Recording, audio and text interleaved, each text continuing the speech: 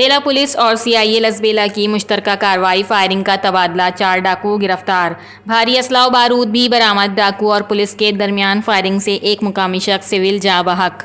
تفصیلات کے مطابق بیلا پولیس اور CIA لسبیلا کی مشترکہ کارروائی اور 2 طرفہ فائرنگ کے نتیجے میں ایک مقامی شخص سول محمد جان گدوز جاں بحق، جبکہ مقامی شخص کو قتل کرنے والا ایک ڈاکو زخمی حالت میں گرفتار۔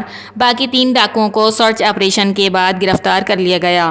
DSP محبوب علی گجکی نے صحافیوں کو بریفنگ دیتے ہوئے بتایا کہ ملزمان دیگر اضلاع میں مختلف وارداتوں میں پولیس کو مطلوب تھے۔ ڈاکوؤں کے قبضوں سے 2 عدد کلاشنکوف، 2 عدد TT پسٹل، آلۂ قتل، 12 بور سنگل اور 300 عدد زندہ کارتوس برآمد ہوئے۔